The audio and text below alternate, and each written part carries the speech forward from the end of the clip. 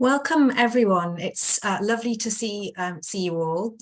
My name is Emily Farnworth. I'm the head of the Climate Governance Initiative and also a member of the governing board of the Climate Governance Initiative. It's a wonderful pleasure to be welcoming you here to the second keynote panel as part of our Climate Governance Initiative Global Summit. We've had a fantastic start to the conference already with chapters from across Asia Pacific, setting a pretty high bar in terms of the conversation that we're going to be having today around ambition to action and what that means for boards today. In terms of the conversation this morning, at least this morning, if you're sitting in Europe listening to this, was extremely rich, and in the context of, in particular, interesting to kind of hear the conversation around the growing legal obligations, the growing investor pressures, very much being felt by boards across that region. And I'm sure many of you will have the opportunity to listen to some of those recordings if you weren't able to dial in directly. We're kicking off the next sort of segment of the summit, if you like. This is for Europe, Africa, and Middle East. And so really excited to continue with a raft of sessions that we're going to have for the rest of this session. We want to just point out a couple of housekeeping tips. During this session, it would be wonderful if you could push through your questions as you're thinking them through, and we'll come to that at the end. This session is going to be recorded so that we can share it with those who haven't had a chance to dial in directly and listen to it now. And so we will be sharing that. So just looking forward to the conversation. And it's a great pleasure to introduce Angeles Garcia Poveda. She has been a chairperson on the board of Legrand since 2020. She joined the board as an independent director in 2012 and chaired the nominations and governance committee, the remuneration committee, as well as sitting on the strategy and CSR committee. So I think we're in very good hands today for a fantastic conversation to learn more.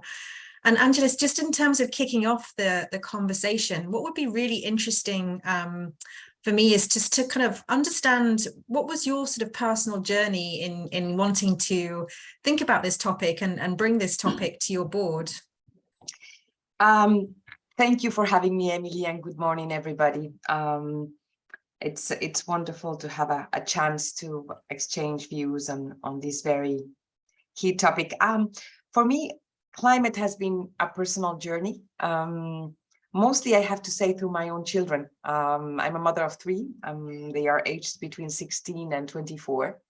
And they brought home, really, that look on the planet and that look on the impact we all had on our day-to-day lives. I had the chance to join Legrand, as you said, in 2012. And that was also an aha moment, because Legrand, as you know, electrifies buildings and conducts electricity and digital. So we are very much at the heart of carbon impact. As you know, buildings actually produce a large amount of carbon impact in our world, in particular in Europe, where the park of buildings is actually quite old. So we need to act to renovate and put that up to standards. So what we do is basically facilitate the solution for parts of the economy. And it's part of the DNA of this company. It's been for many, many years. I think this year we published our 5th CSR roadmap. So it's not new. I mean, it's been going on for 15 years already. So I would say the combination of those two conversations going on at home and at work made me really commit personally to this. And that has been one of the topics, not the only one, but one of the topics that I have been pushing hard since I took the chairmanship, without having to fight, because we have a very, very engaged board. We have 5 sitting CEOs who are all of them extremely convinced. We have a couple of specialists who are very well versed in CSR matters and climate in particular. So there is a ground there. but at all things in life, we have so many priorities to deal with. We have so many competing issues to talk about, and a limited time. So you always need to have that sort of, let's come back to the topic, and continue asking questions again and again to make sure that we don't lose the focus. Yeah, no, it's so true. And I think it's interesting in terms of how long the journey has been for you, both personally and for the company. Maybe you could talk a little bit about that evolution. I mean, where are boards now, and where have they come from, and maybe where do they need to go next in terms of understanding the risk, understanding the opportunity, and really being able to act on that? Mm-hmm. So it's a very good question. I think the way I see it is the level of awareness, I think, is generally now very high. I haven't bumped into many boards or CEOs of chairs who are not convinced that this is part of what we all have to do. So the awareness is there, and the sort of willingness is there. Then where I see more differences is in the level of deep knowledge of the topic. And maybe, just the sort of the commitment to action. So how to put it into real actions. Having said that, I did take a look at a number of indicators before our conversation this morning, and I have to say they make me an optimist. If you look at the percentage of boards who have today ESG committees, either dedicated or joined with another committee, it has risen tremendously in the past 4 years. In France, it went from 46 to 72%. In the UK, from 41 to 49%, US 39 to 46%. So you can see those committees emerging, and people in the board taking ownership for that and putting that in the agenda. Another indicator is the percentage of companies that have today is SBTi targets approved. And that ranges from 38 in Germany to 63% in France. 4 years ago, it was ranging between 19 and 35. So we're moving the target, and you can see something there. Same thing when you look at the CDP list, A-rated companies. Also, percentages rising very, very fast. And then last but certainly not least, the percentage of companies that have some ESG/climate measure as part of the compensation for executives. It's really a large majority. So that means that we are getting there. Yeah. We are getting there. And there's been movements and there's been actions. Now, when you get to the next level of analysis, this is where you find differences. And it's based on many, many things. I mean, by countries, you can see differences. By sectors, you can see differences between listed and not listed. But there's also high variability, and this is the good news, dependent on who is around the table. Because boards are made of men and women, or women and men. And actually, when you have committed chairs, when you have committed board members, you see things moving faster. And I think that's the message for me to this group this morning. We can make it happen. We have plenty of best practices, and I use every exchange I have with other chairs and CEOs in the ecosystem that I interact with to learn from them. We have also learned from ourselves, so I try to share that. But I'm always chasing for good ideas in this matter, because none of us has all the answers. Yeah. And I think we will have a chat on what we could do better, and I'm very happy to get on that with you later. Yeah, no, absolutely. And it sounds as though in terms of sort of what's happening and what's going well, they're sort of taking this agenda seriously, putting in place committees, looking at a science-based target, looking at some of the remuneration issues and incentive schemes and those kinds of things. Do you think this has largely been driven from a kind of avoiding a risk perspective, or do you think there's a sense that actually there's a real business benefit to this, and kind of companies are seeing the opportunity. What do you think has been driving this? It's a great question, Emily. I think it probably started more as a, we are hedging a risk, or we are acting under pressure from the market, from agencies, from proxies. I think that's evolving now. We could see, shortly after we announced our very last roadmap that was really very ambitious from a climate perspective, and we will maybe talk later about the next frontiers beyond carbon emissions, because climate is a much larger topic than that. We saw an incredible jump in people's engagement.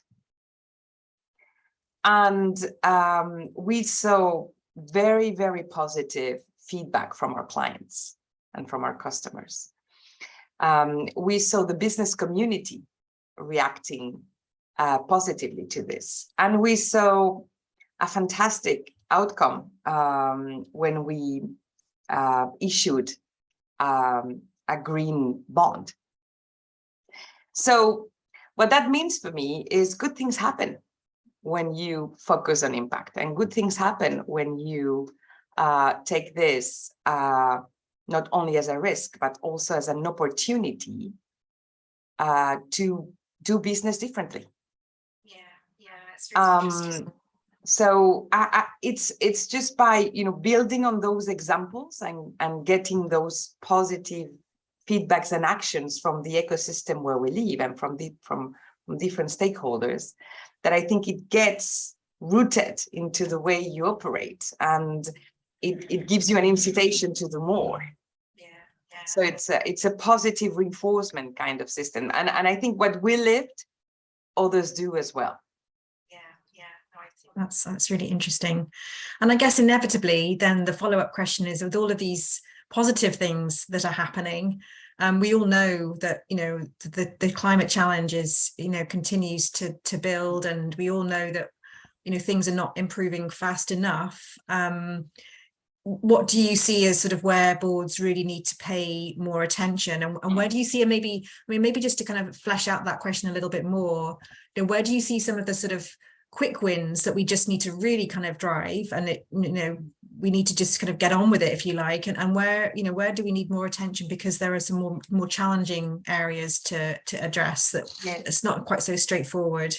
It is not straightforward, and it is not straightforward among other reasons because it's a very technical and complex topic.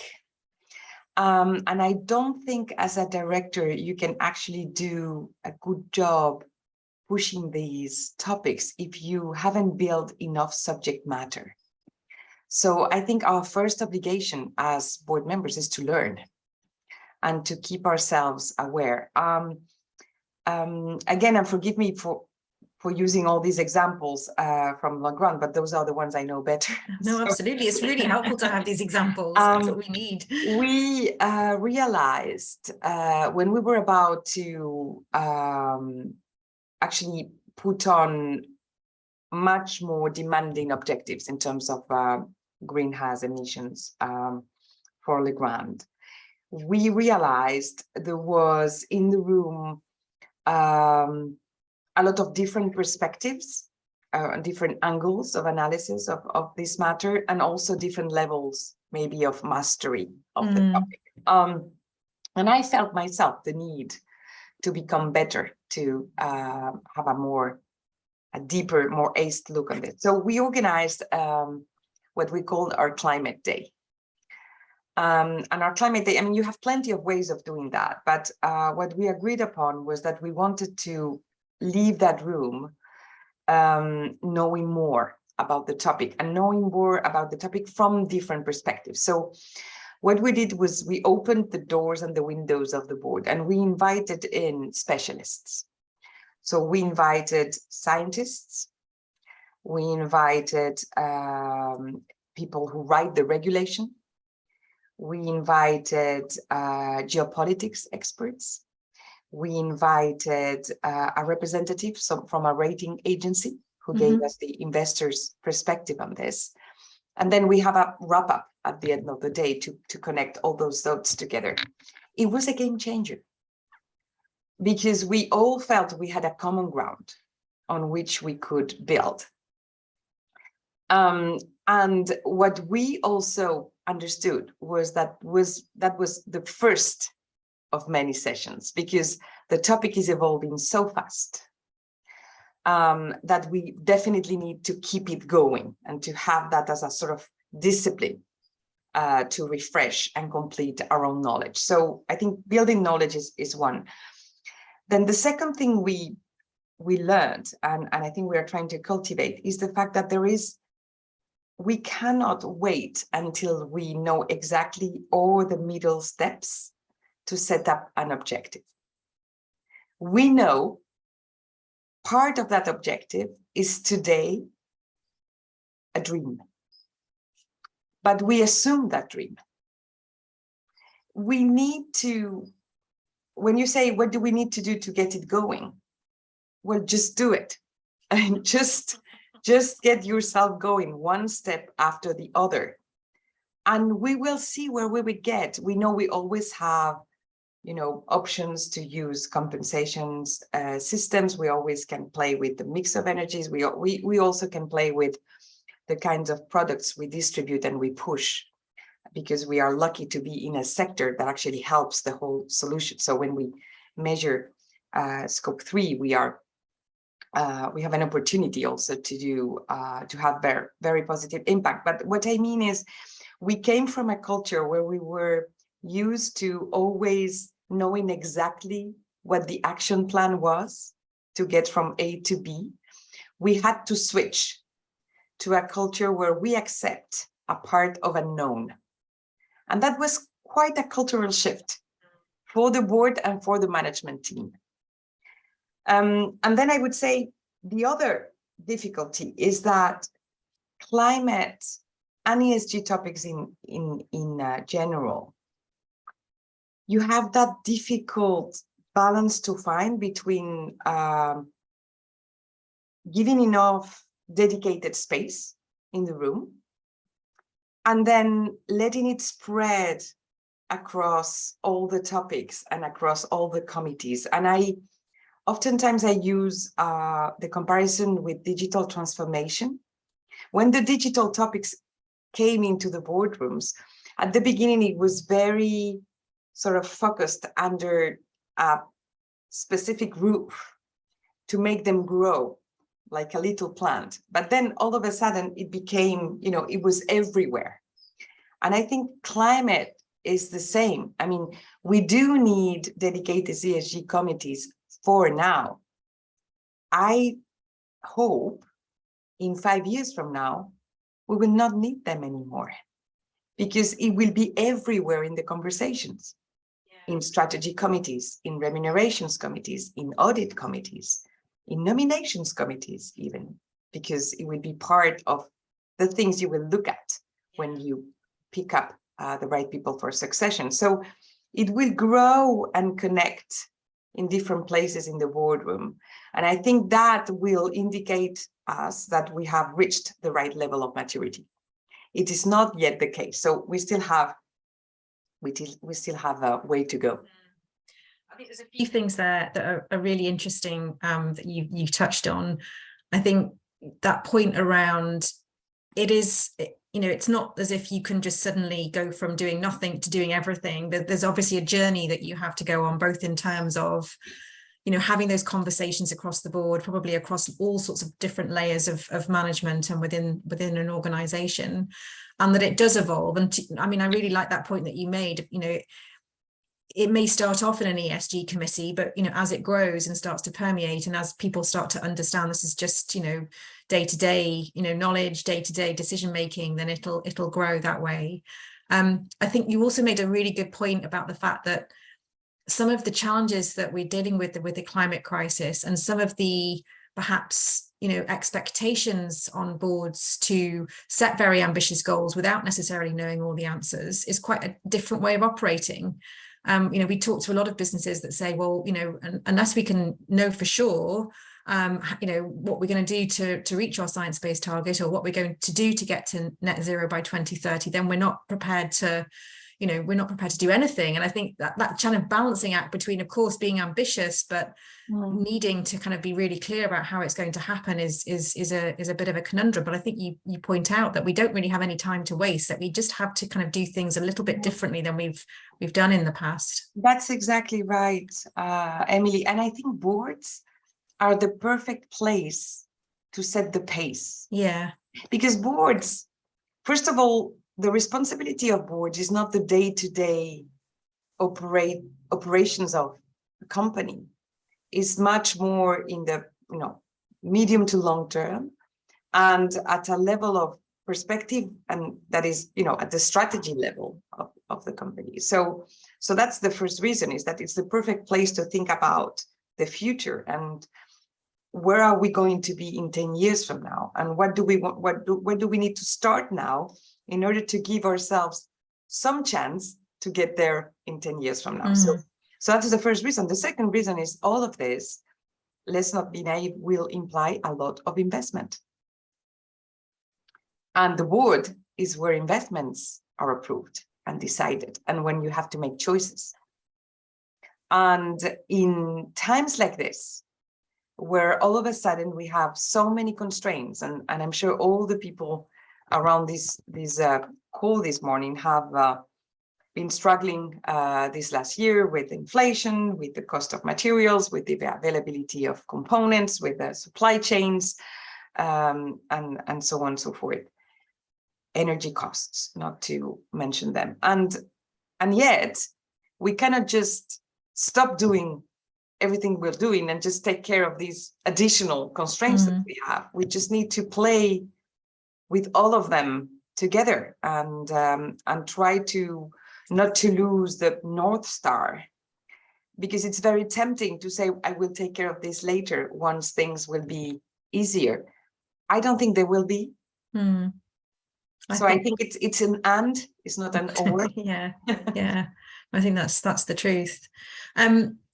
The next question I had was really in terms of, what help do boards need? I mean, you talked a little bit and reflected on, having these away days, so people had to have the space to talk. But what else do you think boards need, both within the organization, but maybe from external perspective as well? What do you think will help drive action? I would say, as I said, and I'll come back to that sort of learning and building subject matter piece, because I think you become effective when you're comfortable with the topic.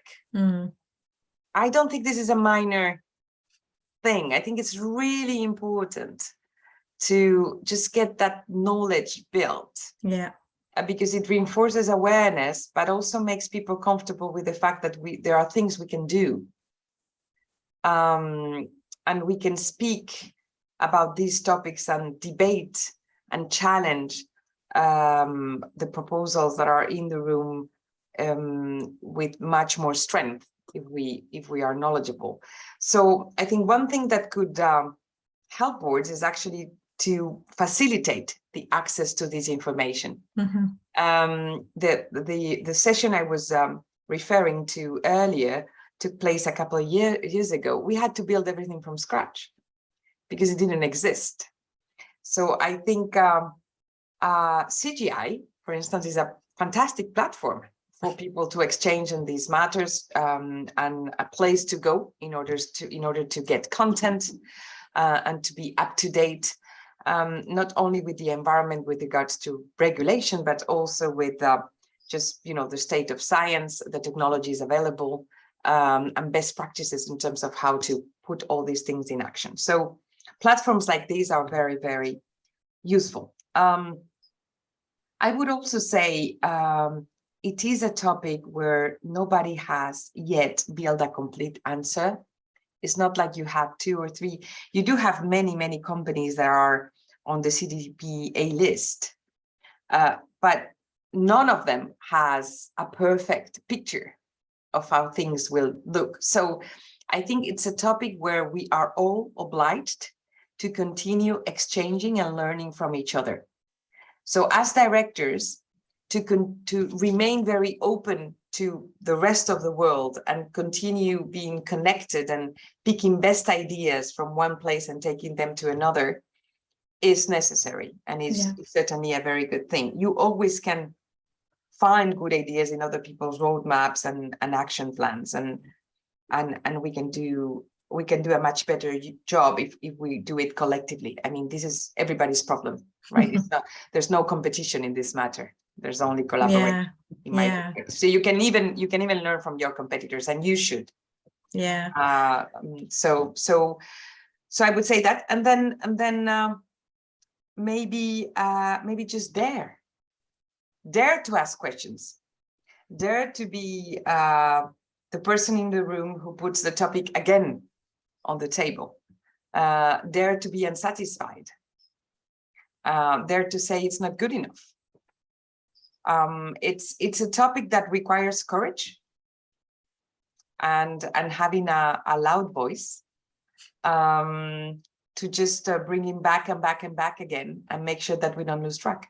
Yeah, that's really interesting, actually, that kind of point around needing to make sure that there's space to talk about this. And obviously, the growth of the climate governance initiative and the growth of the chapters around the world, there's no doubt that there's a real need for a network like this to share information. It's just been phenomenal, kind of the interest and the the ongoing kind of questions that we're getting through, that that kind of board directors need information on. And so I hope that we can continue to play that role and keep up. I think the other point that you made, I think, was really interesting, is to continue to ask questions. One of the things that we've been thinking a lot about is, it's one thing to give people the right information around the science or the technology or the roadmaps or the disclosure requirements. All these things are really helpful and necessary and really important. But actually, that kind of confidence to be in a boardroom, particularly if you're not necessarily, don't have an awful lot of friends on the climate agenda, but to have that confidence to continue to come back to the questions and push for the answers you're looking for, I think is a really important point, actually. And I think, alongside building the knowledge and the information, kind of building that kind of confidence about what are the right questions to ask, and, what to make sure you don't, accept, some kind of, weak answer in order to kind of get past it on the board agenda and move on. So I think that's a really, really good point. We're almost coming to the end of our Q&A, but so I would encourage, I've seen a few questions come in, but I would encourage others, if they've got questions, please, now is the time for you to think them through and put them into the chat, and I'll come to those. But maybe just a sort of final question from me before I open it up. You've obviously been through an incredible journey and built an awful lot of experience in terms of what you've seen, and no doubt there's been avenues you've gone down that perhaps weren't as productive as others. But what's the sort of general advice that you would give to any non-exec director, independent director, committee chair person? What would you sort of say to them in terms of advice? It's not going to be a very technical advice. I think what makes a difference is when you are authentic, is when you really believe, is when you become actually a climate activist yourself, because that comes through in the way you act, you speak, you think, and is actually viral. So I think looking inside, the sort of motivation to do this and trying to see it as an opportunity rather than a constraint is very important, because it's a topic where you can easily fall into the category of, oh no, my God, another thing to do. So if you want your energy to be contagious, it needs to be authentic. So, again, learning, reading, connecting, discussing with others, that's where I find the energy about these things. One of my fellow chairs usually says that the best directors are good-willing activists, where we need to all become good-willing activists with regards to climate. Yeah, no, it's a really interesting observation, actually. It does feel like that need to drive the agenda and bring that energy is so important. I'm going to sort of dip into a couple of the questions that have come through. The first one is there's a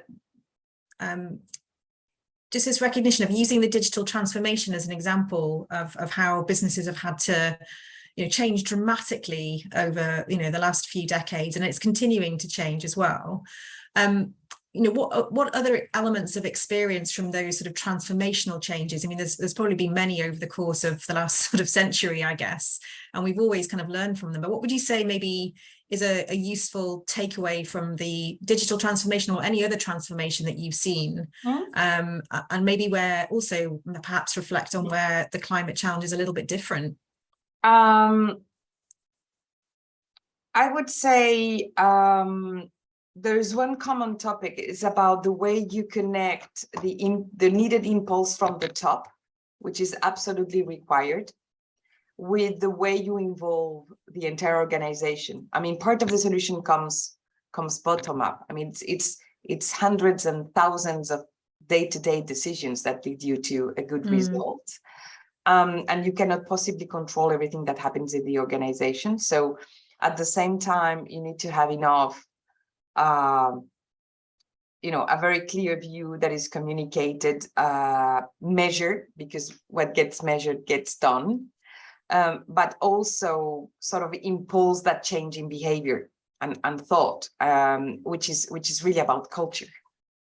And that's usually the most difficult part. I mean, it's the culture is oftentimes defined in a very fuzzy way, like silent language or unwritten rules. Or actually, culture is a little bit more scientific than that. Is a set of shared assumptions.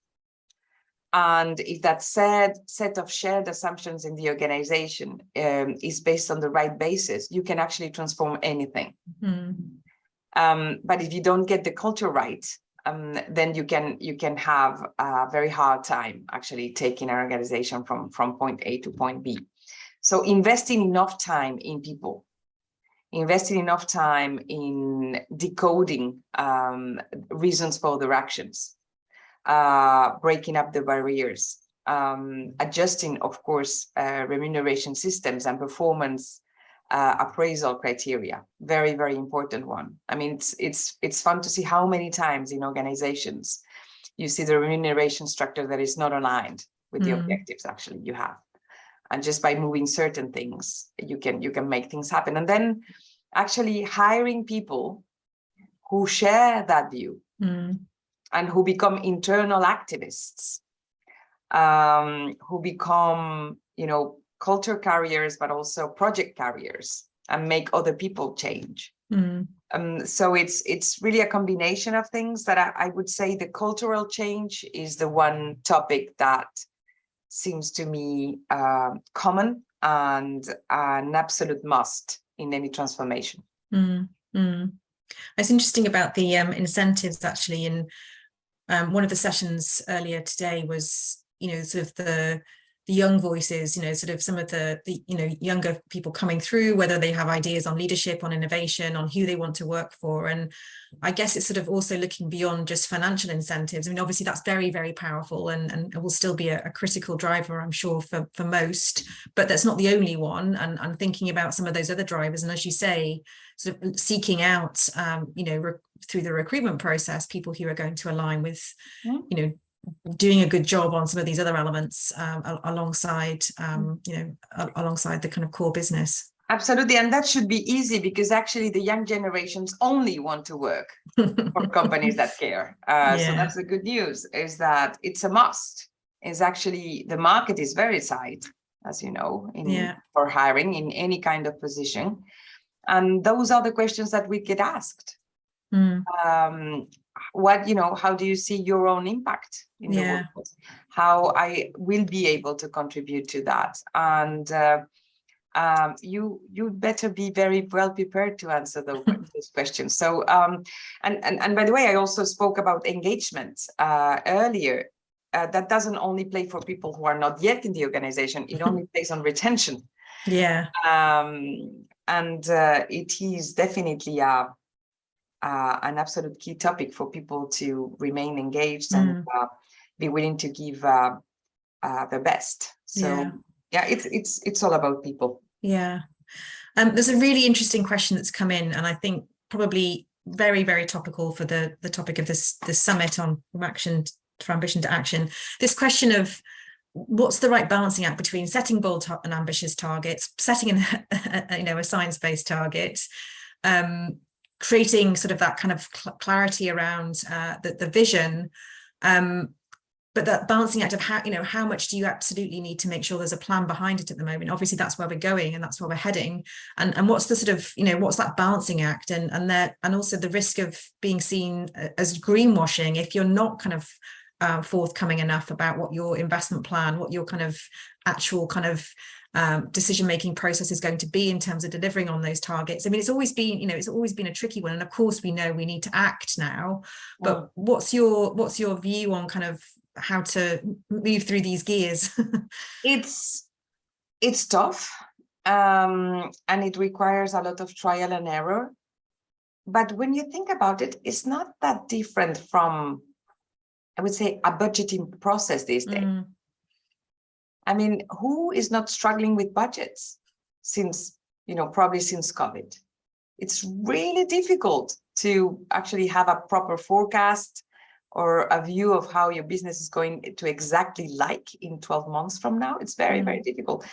And you do that constant trouble between bottom up and top down to just, meet somewhere in the middle and make sure that your plans are granular enough at the local level. And in this particular case, for example, at production site level, so with very concrete action plans that actually take you from A to B. But then there are spaces where you just need to decide that you are going to do it no matter what. And of course, we are very careful not to leave, 50% of that uncovered. It would more be in the range of, 10 to 15% where we don't really know how to reach that. And it's really tough. I would say if when you set the target, the organization doesn't complain, is that your target is not high enough. If people start to say, oh my God, I'm never going to reach that this year, then you're probably at the right level. because organizations are organic, they stretch their muscles. Yeah. And then you just do trial and error. We measure every year our percentage of realization in our plans in different areas, one of which is, of course, climate is one of them. We try to be, I mean, we at the beginning of the journey, many moons ago, we consistently were above 100%, because the organization was also, putting itself in motion and gaining speed and maturity in those topics. Now we know reaching the 100 is going to be very, very difficult. But it's done on purpose. We know the range will probably never be beyond 90, and that's fine. So we are also adjust by measuring after the fact and seeing, what does it do to the organization when we sort of push that button versus that button. And then we need to be very, very authentic in the way we communicate successes and failures. Yeah. And learn from them. So it's really a journey. We definitely don't want to push everybody to start greenwashing, because then that's the opposite of what we want to attain. But I think stretching a little bit, like you would stretch a muscle, is actually good and the only way to go. Yeah. Well, you don't get better at anything, do you, unless you kind of can use your muscles. There's a couple more questions I'd love to try and get through before the end of this session. You mentioned Scope 3 earlier. In the context of sort of how you've been able to look at your value chain, look at, engaging with customers and suppliers. So could you maybe just talk a little bit about how you've been able to achieve that? Yeah, that's the trickiest part, isn't it? It's the biggest part of the entire pie, and it's the more complex to put in place, in particular because in our business, we have 150 product families and 300,000 references.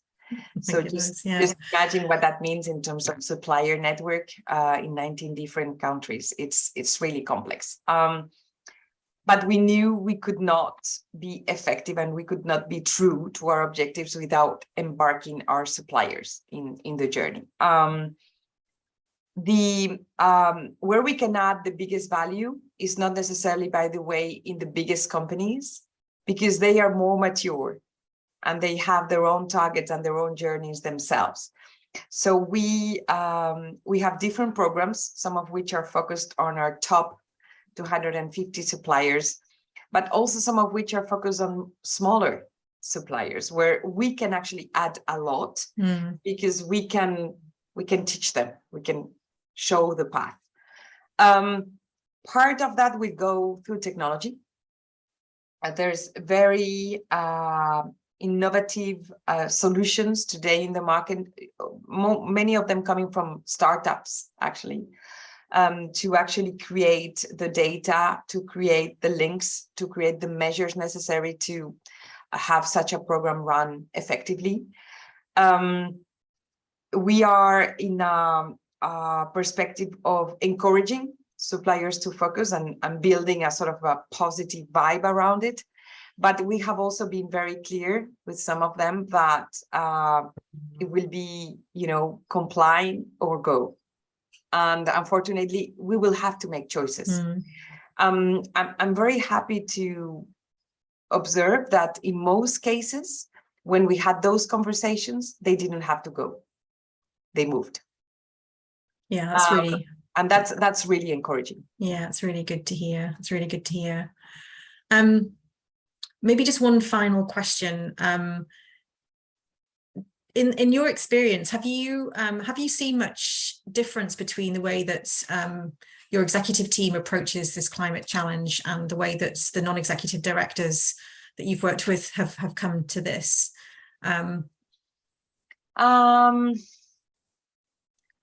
I think the level of conviction and the level of belief is very much shared. Don't forget that directors are directors, our directors are directors on the ground, but they are executives somewhere else. So they are going exactly through the same. Many of them are CEOs and they are struggling like any other CEO. So the level of belief and conviction is very much shared. I would say where there is this very healthy challenge and healthy contradiction is sometimes in the speed. Because the board's perspective is that we need to go faster, further.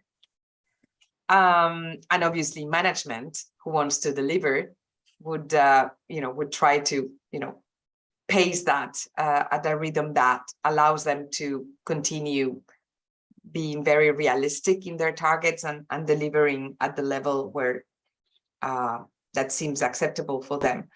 But that's a very healthy tension, isn't it? That's what boards are for. And that's not only applied to climate, by the way. It's also applied to growth. It's also applied to profitability. It's also applied to return on investment. It's also applied to many other KPIs. So it is a dialogue.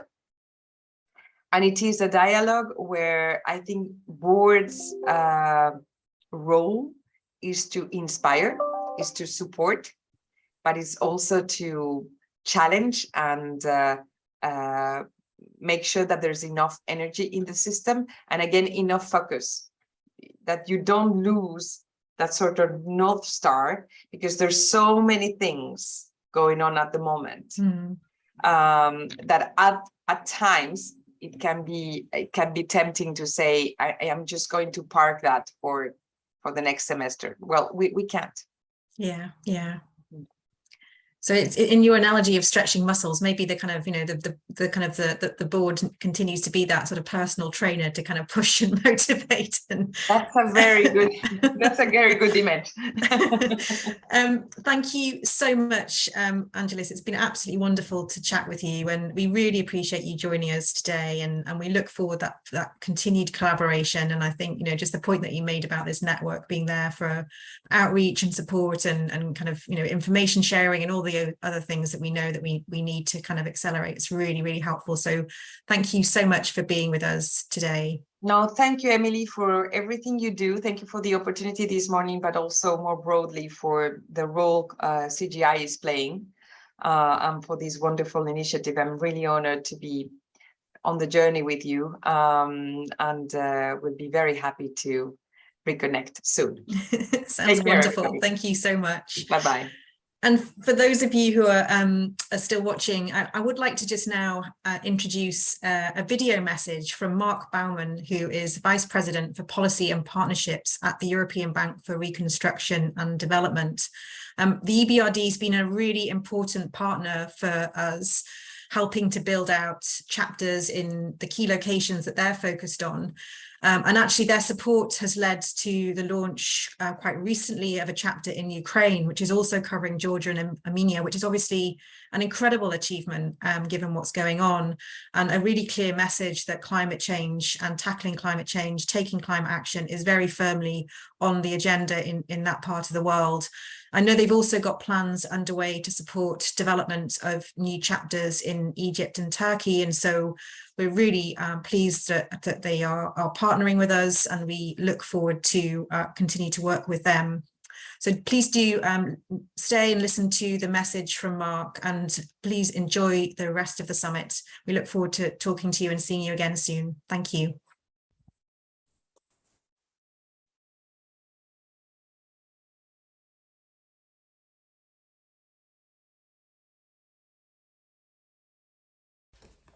Ladies and gentlemen, it's a real pleasure to join you today at the Global Summit of the Climate Governance Initiative.